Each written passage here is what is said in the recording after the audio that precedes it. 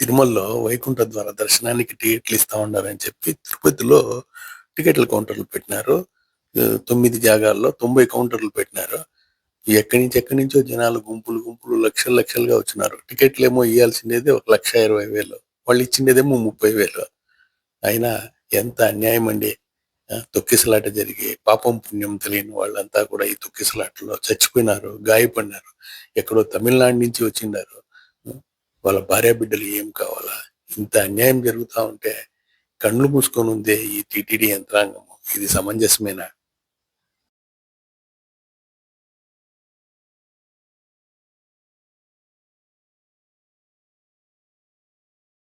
చనిపోయిన కుటుంబాలకు ఎక్స్‌గ్రేషియా ఇవ్వడం కాదండి. జీవితంలో ఇలాంటివి జరగకుండా గుణపాఠాలు నేర్చుకోవాలా? తిరిగి జరగకుండా చూడాలండి. ఆంధ్రప్రదేశ్ ప్రభుత్వం మీద, టీటీడీ యంత్రాంగం మీద, పోలీస్ వ్యవస్థ మీద, రెవెన్యూ యంత్రాంగం మీద ఎంతో నమ్మకం ఉంచి కొన్ని వందల వేల కిలోమీటర్ల నుంచి జనాలొస్తారే వాళ్ళని కాపాడుకోవాల్సిన బాధ్యత మనకు లేదా?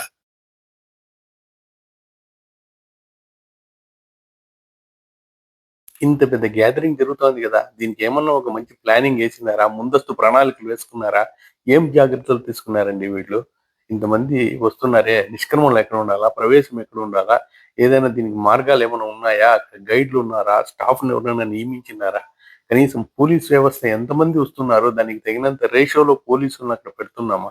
అగ్నిమాపక నిరోధక కేంద్రాలున్నాయా? లేదా? కనీసం అంబులెన్స్‌లున్నాయంటే అక్కడ సమయానికి అంబులెన్స్‌లో డ్రైవర్లు మాత్రం లేరంట. వాళ్ళు హ్యాపీగా ఆడేదో టీవీల్లో అది ఇది చూసుకొని ఉండిపోయినారు పాపం. ఫోన్‌లు పెట్టుకొనేసి. అక్కడొక సాంకేతిక సహాయం ఏమీ లేదు. ఈ క్రౌడ్ మేనేజ్‌మెంట్ అనేది ఏం సామాన్యమా? ఇన్ని లక్షల మంది జనాలొస్తా ఉంటే ఆ!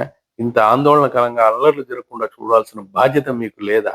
ఆర్టిఫిషియల్ ఇంటెలిజెన్స్ ఉపయోగించి డ్రోన్‌ల సహాయంతో ఎంత ఉంది గుంపు. ఈ గుంపును మనం ఎట్లా కంట్రోల్ చేయాలా? ఏమి అనేసి ఇంత పెద్ద టీటీడీ యంత్రాంగము ఇంత మాత్రము చర్యలు తీసుకొని భక్తుల ప్రాణాలని కాపాడలేదంటే ఎంత అన్యాయం ఇది. హ్మ్.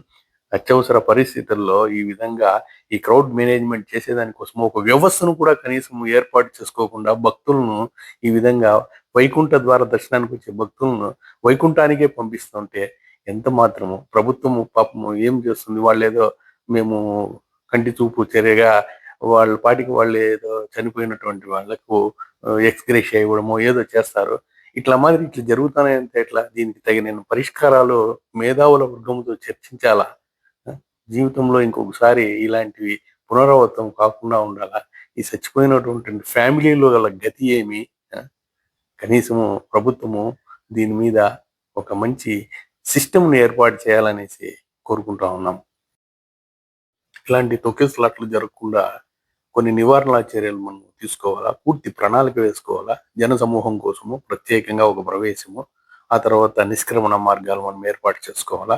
అక్కడ ఉండేటటువంటి వాళ్ళకి షెడ్‌లు అరేంజ్ చేయాలా. చలికి బాధపడకుండా. ఆ తర్వాత అక్కడ వచ్చే వాళ్ళకు తాగునీటి వసతి అరేంజ్ చేయాలా. కనీసము బిస్కెట్‌లన్నా కనీస బాధ్యతగా పిల్లల్ని పిలుచుకొనొస్తారు గదా! వాళ్ళ కోసం పాలు, బిస్కెట్‌లన్నా అరేంజ్ చేయాలా. తర్వాత మరుగుదొడ్లు మనం అక్కడ వాళ్ళకు ఆ ఫెసిలిటీ ఇవ్వాల్సినటువంటి అవసరం ఉంది. ఆ తర్వాత పటిష్టమైనటువంటి భద్రత మనము ఇవ్వాలా. సమన్వయంతో పనిచేయాలా. ఈ రెవెన్యూ వాళ్ళు కానీ, టీటీడీ వాళ్ళు కానీ, పోలీస్ యంత్రాంగం కానీ, అక్కడ ఎంతమంది జనాలు వస్తా ఉన్నారని దాని రేషియోకి తగినట్లు అక్కడ స్టాఫ్‌ను మనం ఎంటర్ చేసుకోవాలా. సీసీటీవీ కెమెరాలు కానీ, డ్రోన్‌లు కానీ ఇవన్నీ పెట్టి జనసమూహం యొక్క కదలికలన్నీ కూడా మనం కరెక్ట్‌గా పర్యవేక్షించి దానికి తగినట్లుగా మనము లౌడ్ స్పీకర్‌ల ద్వారా వాళ్ళకి మనము అత్యవసరమైన సమాచారాన్ని ఇస్తూ మనము జనసమూహాన్ని కంట్రోల్ చేయాలా. పెద్ద గుంపులు ఏకకాలంలో వస్తాయి కదా! దాన్ని విభజించి మనం పంపించాలా. ప్రజలకు అత్యవసర పరిస్థితుల్లో ఎలా ఉండాలో మనం ఈ లౌడ్ స్పీకర్‌ల ద్వారా చెప్పాలా. మెడికల్ టీము, అంబులెన్స్ వాటిని పెట్టడం కాదు. దాన్ని అక్కడ మానిటరింగ్ చేసే మాదిరి ఒక వ్యవస్థను అరేంజ్ చేయాలా. ఇన్ ఇంగా ఎంతో క్రౌడ్ మేనేజ్‌మెంట్ చేస్తే కానీ మనము ఇలాంటి సంఘటనలను తిరిగి పునరావృతం కాకుండా చేసుకునేటటువంటి అవసరం ఉంది. దయచేసి మేధావులు, ప్రభుత్వంలో ఉండేటటువంటి పెద్దలు అందరూ కూడా జీవితంలో ఇలాంటివి జరగకుండా చూడాలని మనస్ఫూర్తిగా మిమ్మల్ని కోరి ప్రార్థిస్తా ఉన్నాను. ధన్యవాదాలు.